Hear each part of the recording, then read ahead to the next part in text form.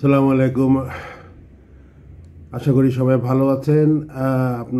আপনারা জানেন যে গত 5 দিন ধরে কনস্টিটিউশনাল কোর্টে অ্যাসাইলাম এবং রিফিউজি অ্যাক্ট নিয়ে যে শুনানি ছিল, শুনানিগুলো খুব সুন্দরভাবেই সম্পন্ন হয়েছে। আমি সবগুলোই দেখছি। ইনশাল্লাহ আশা রাখি ভালোই জাজমেন্ট আসবে। তবে যেহেতু সময় কম, তার কারণে আর বিচারকরা জাজমেন্টগুলো রিজার্ভ রাখছে। তো আশা করি যদি ডিসেম্বরের 15 তারিখের ভিতরে যদি জাজমেন্ট না আসে তাহলে জানুয়ারিতে আসবে, কারণ হাইকোর্টের সেশন শেষ হয়ে যাবে ডিসেম্বরের 15 তারিখ। তো এই হলো আপনার আপডেট অ্যাসাইলাম আর ইমিগ্রেশন অ্যাক্টের। আর আপনাদের সাথে আর দু একটা জিনিস শেয়ার করি, সেটা হলো অনেকে বলে যে ডিসেম্বর আসলে এইগুলো হয়। আসলে এগুলো আপনারা কান দেবেন না, কারণ আপনার কাগজে যদি সমস্যা থাকে তাহলে কিন্তু আপনার এই কাগজ নিয়ে, যেহেতু আপনি দীর্ঘদিন এই দেশে বসবাস করবেন, তা আপনার সমস্যা যদি আপনি সমাধান না করেন তাহলে আপনারই এই বিপদে পড়ে যাবেন। কারো কথা আপনারা কান দেবেন না। আর এখন মনে হয় আমার ব্যক্তিগত ধারণা, এখন সময় আসছে যে আপনার অ্যাসাইলাম হোক আর পার্মানেন্ট রেসিডেন্ট হোক অথবা আপনার লাইফ পার্টনার হোক, এখন মনে হয় আপনারা লয়ারে দিয়ে আপনার আবেদনটা জমা দেন। কারণ লয়ারে দিলে হবে কি, আপনার একটা গার্ডিয়ানের মতন একজন গ্রাউন্ড থাকলো, যে কোনো সমস্যা হইলে সে কিন্তু আপনার পাশে এসে দাঁড়াবে, বা থানা হোক অথবা কোর্টে হোক, সে কিন্তু এটা সাপোর্ট দেবে। সেই জন্যই আপনারা এই জিনিসটা চিন্তা ভাবনা করবেন। এটা আপনাদের ভালোর জন্যই বলছি, আমার কিছু না। আর আপনারা জানেন যে গতকাল রাত্রে 160 জন আপনার ফিলিস্তিনি গাজা থেকে আসছেন ওয়ার থাম্বুতে।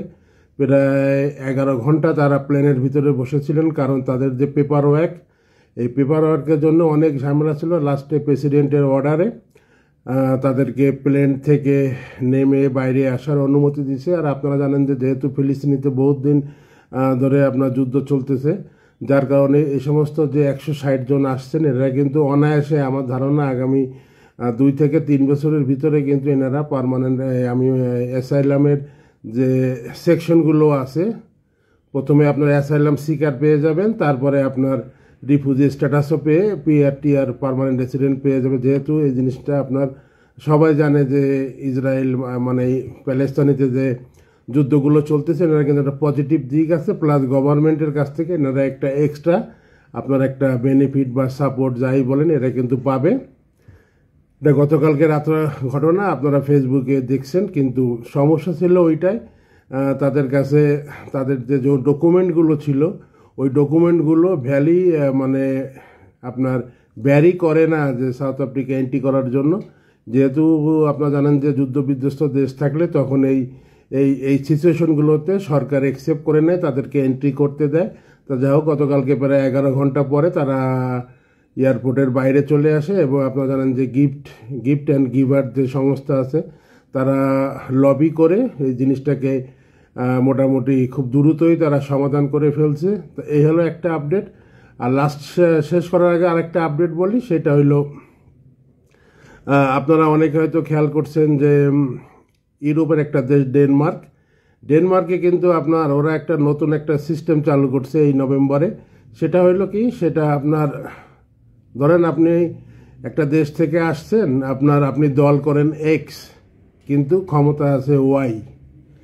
এখন মনে করেন যে কোনো একটা সময়ে আপনার যে দল এক্স, তারা ক্ষমতায় চলে আসলো ওই দেশে, তখন এই ডেনমার্কের গভর্নমেন্ট আপনাদের বলবে যে তোমার দল ক্ষমতায় আসছে। যেহেতু আপনি ফরমে উল্লেখ করছেন যে আমি এই দল করি, আমার দল এখন সরকারে নাই, বা আমরা বিরোধী দলে আমরা নির্যাতনের শিকার হচ্ছি, যার কারণে যখন আপনার দল যখন ক্ষমতা আসবে তখন কিন্তু আপনার আর অ্যাসাইলাম কন্টিনিউ করবে না। নতুন আইন হয়েছে ডেনমার্কে, তা আপনার দেশে আপনারা পাঠায় দিবে।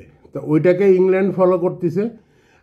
আমি যতটুকু খবরে দেখছি, ইংল্যান্ডের পার্লামেন্টে ওটাকে অ্যাপ্রুভ হয়ে যাবে এই মাসে, হয়ে গেলে ডিসেম্বরের 1 তারিখ থেকে এই ফলো করবে। প্লাস পাশাপাশি সাউথ আফ্রিকার যে হোম অ্যাফেয়ার্সের যে পোর্টফোলিও কমিটি আছে, তারাও এই জিনিসটা নিয়ে চিন্তাভাবনা করতেছে ডেনমার্কের মতন যদি করা যায়, যে একটা সময় আপনি কিছুদিন থাকবেন, আপনার দল ক্ষমতা আসলে আপনি আবার আপনার দেশে ফেরত চলে যাবেন। এই জিনিসটা নিয়ে পার্লামেন্টে আলোচনা হচ্ছে, এবং ডেনমার্কের এই নতুন আইডিয়াটা ইউরোপের অনেক দেশই ফলো করতেছে। তা এটা কিন্তু ফাইনাল না, এটা পার্লামেন্টে একটা আলোচনা চলতেছে, সবাই বলতেছে না ডেনমার্কের এই নিয়মটা তাদের অনেকেরই পছন্দ হয়েছে। তো যাই হোক আর কি, এই হলো সর্বশেষ আপডেট সব বিষয়।